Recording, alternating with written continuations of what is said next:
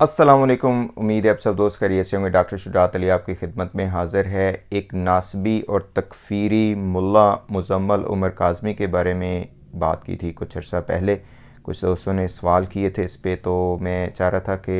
ان صاحب کے بارے میں جو اپنے آپ کو کہتے ہیں کہ یہ حضرت کاظم علیہ السلام ساتویں امام کی اولاد ہیں، تو ان کو ان کا آئینہ دکھایا جائے اور ان کی ناسبیت اور تکفیریت کو واضح کیا جائے۔ تو پہلی بات تو یہ ہے کہ یہ ایسا منافق ترین شخص ہے کہ کہتا ہے اپنے آپ کو کہ میں ساتویں امام کی اولاد ہوں، لیکن اپنے ہی دادا کا انکار کر رہا ہے ان کی ولایت کا، کیونکہ من کنت مولا ہو فہذا علی مولا، جہاں سے یہ سلسلہ شروع ہوا، جہاں سے اس نے دروغ گوئی کی اور قرآن و حدیث کا منکر ہوا اس واقعات کا انکار کر کے کہ اس میں جناب کچھ لوگوں نے اعتراض نہیں کیا تھا، یہ سارا شیعوں کا کیا دھرا ہے، اور ایک چھوٹے سے بچے امجد بلتستانی اسی کو لے کے بیٹھ گیا اور انتہائی قسم کی غیر ذمہ دارانہ اور غلیظ زبان استعمال کی، اور وہ بھی مسجد میں بیٹھ کے، اور شاید جمعہ کا یہ خطبہ دے رہا تھا۔ تو ہم یہ دیکھ رہے تھے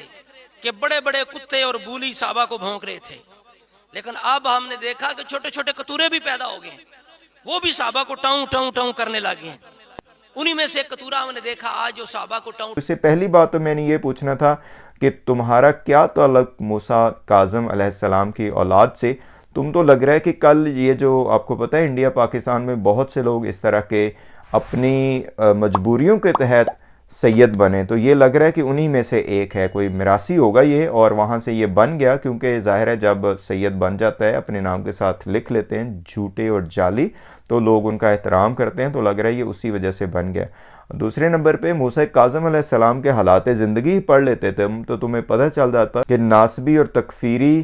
کس طرح نقصان پہنچاتا ہے اہل بیت کو۔ تو جناب انہوں نے امام علی علیہ السلام کی ولایت کا ہی انکار کر دیا اور کہا کہ یہ واقعہ ہوا ہی نہیں، نمبر 1۔ نمبر 2، اس میں انہوں نے نام بھی لیا ایک امام حسن علیہ السلام کے بیٹے کا شاید، کہ جناب انہوں نے یہ فرمایا کہ علی علیہ السلام نے ایسا کوئی واقعہ کہا ہی نہیں، اور انہوں نے ایسا کوئی واقعہ بیان ہی نہیں کیا۔ اگر کرنا ہوتا تو وہ کوئی اور طریقے سے بتا دیتے کہ جناب مجھے رسول اللہ صلی اللہ علیہ وآلہ وسلم نے منتخب کیا، یا اس طرح کا۔ یہ تھوڑا سا آپ یہاں پہ سن لیں تو اس کے بعد پھر ہم آگے چلتے ہیں اور اس تکفیری ناسبی کا مزید آپریشن کرتے ہیں۔ ساری زندگی میں کبھی بھی نہ علی المرتضیٰ نے نہ بعد میں آنے والے اماموں نے یہ کہا کہ من کنت مولا فعلی مولا کا یہ معنی ہے، بلکہ حضرت امام حسن مجتبیٰ کے صاحبزادے سے پوچھا گیا کہ کیا رسول اللہ نے جب یہ اعلان کیا غدیر خم کے موقع پر تو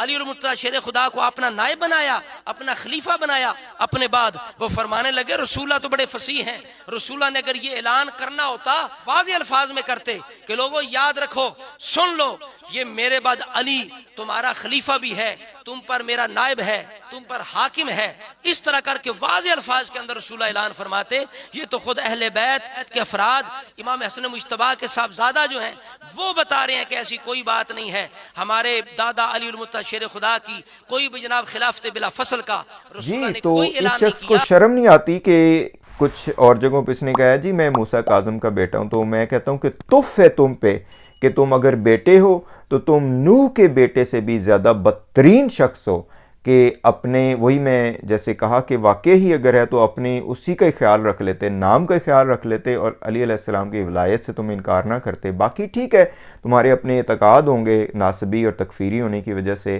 یا تم نے جن کو بھی ماننا ہے خلیفۃ بلا فصل، وہ ٹھیک ہے، کوئی مسئلہ نہیں ہے، آپ کے ایمان کا حصہ ہے، اور اگر آپ کے احترام میں ہیں وہ لوگ تو ٹھیک ہے، کوئی ایسا ایشو نہیں ہے۔ لیکن اس واقعہ کو سرے سے انکار کرنا اور علی علیہ السلام کی ولایت سے ہی اپنے آپ کو نکال لینا اور احادیث اور قرآن کو جھٹلانا، اور وہ بھی بغض اہل بیت میں اور ناسبیت میں،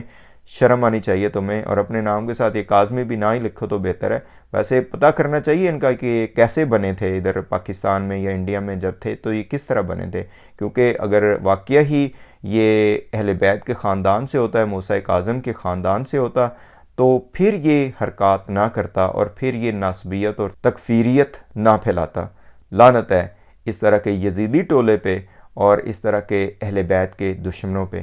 السلام علیکم ورحمۃ اللہ وبرکاتہ۔